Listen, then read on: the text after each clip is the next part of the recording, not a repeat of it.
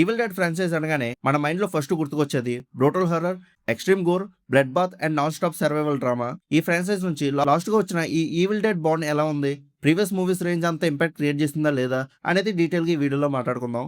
Last వరకు skip చేయకుండా చూడండి. ఇంకా మూవీలో స్టోరీ లైన్ గురించి సింపుల్ గా చెప్పాలంటే, భర్తను కోల్పోయిన ఎల్సీ అనే ఉమెన్ కొన్ని రోజులు పీస్ఫుల్ గా ఉండాలని చెప్పి తన ఇంట్లో ఉండే ఒక ఐసోలేటెడ్ లేక్ హౌస్ కి వెళ్తుంది. కానీ అక్కడ అనుకోకుండా ఒక మిస్టీరియస్ ఏషియన్ బుక్ ఓపెన్ అవడం వల్ల ఒక dangerous super natural evil release అవుతుంది. ఆ తర్వాత ఆ ఫ్యామిలీ ఆ ఈవిల్ నుంచి ఎలా సర్వైవ్ అయ్యారు అనేది ఈ మూవీలో మెయిన్ కాన్సెప్ట్. ఇంకా సినిమా గురించి మాట్లాడుకుంటే, డైరెక్టర్ బిగినింగ్ లోనే ఎమోషనల్ బ్యాక్డ్రాప్ తో స్టోరీని స్టార్ట్ చేశాడు. క్యారెక్టర్స్ ని ఎస్టాబ్లిష్ చేయడానికి కొంచెం ఎక్కువ టైమే తీసుకున్నారు. అందుకే ఫస్ట్ హాఫ్ స్టార్టింగ్ లో ఫేసింగ్ అనేది స్లోగా అనిపిస్తుంది. హారర్ మూవీ నుంచి ఎక్స్పెక్ట్ చేసే టెన్షన్ ఇమీడియట్ గా రాకపోయినా అట్మాస్ఫియర్ ని బిల్డ్ చేయడానికి మాత్రం మంచి ఎఫర్ట్ పెట్టారు. స్టోరీ మెయిన్ ట్రాక్ లోకి ఎంటర్ అయ్యాక కంప్లీట్ గా మారిపోతుంది.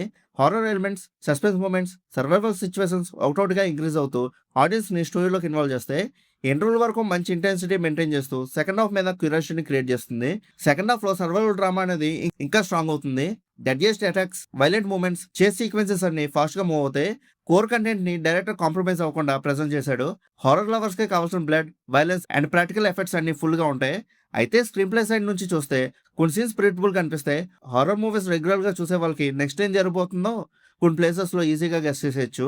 అలాగే కొన్ని సీన్స్ ఇంకొంచెం గ్రిప్పింగ్ గా రాసుకుని ఉంటే ఇంపాక్ట్ ఇంకా బాగుండేది. కానీ ఓవరాల్ గా మూవీ ఇంట్రెస్ట్ ని మెయింటైన్ చేస్తూ లాస్ట్ వరకు బోర్ కొట్టకుండా తీసుకెళ్తుంది. ఇంకా పెర్ఫార్మెన్సెస్ గురించి మాట్లాడుకుంటే, లీడ్ రోల్ లో కనిపించిన యాక్ట్రెస్ పెర్ఫార్మెన్స్ సినిమాకి బిగ్గెస్ట్ ప్లస్ పాయింట్స్ లో ఒకటని చెప్పొచ్చు. ఎమోషన్ సీన్స్ అయినా, సర్వైవల్ సీన్స్ అయినా నేచురల్ గా పెర్ఫార్మ్ చేసింది. ఫియర్ అండ్ డిటర్మినేషన్ రెండు ఎమోషన్స్ చాలా కన్వీనియన్స్ గా క్యారీ అవుట్ చేసింది. సపోర్టింగ్ కాస్ట్ అందరూ డీసెంట్ గా పెర్ఫార్మ్ చేశారు. కొన్ని క్యారెక్టర్స్ కి స్ట్రాంగ్ ఎమోషనల్ డెప్త్ లేకపోవడం కొంచెం మైనస్ అని చెప్పొచ్చు. ఇంకా టెక్నికల్ ఎక్స్పర్ట్స్ గురించి మాట్లాడుకుంటే, టెక్నికల్ గా సినిమా చాలా స్ట్రాంగ్ గా ఉంటుంది.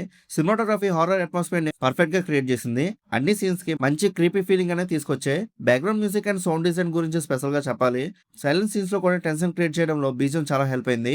ఇంకా ఓవరాల్ ఈ మూవీ ఎలా ఉందని అడిగితే, previous evil dead movies range అంతా ఇంపాక్ట్ క్రియేట్ చేయలేకపోయినా horror atmosphere, brutal gore, practical effects and technical క్వాలిటీతో ఫ్రాంచైజ్ ఫ్యాన్స్ కి ఒక సాటిస్ఫైయింగ్ హారర్ ఎక్స్పీరియన్స్ అనేది ఇస్తుంది. నాకైతే యావరేజ్ గా అనిపించింది, కొంచెం predictable and routine screen play ఉండడం వల్ల.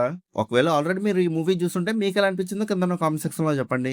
అలానే ఇలాంటి మూవీ రివ్యూస్ కోసం మన సినిమా ఛానల్ సబ్స్క్రైబ్ చేసుకుని బెల్ ఐకాన్ కూడా ఆన్ చేసి పెట్టుకోండి. మా వీడియోస్ మీరు మిస్ అవ్వకుండా చూడగలుగుతూ ఉంటారు. ఇంకా మళ్ళీ మన నెక్స్ట్ వీడియోలో కలుసుకుందాం. బై.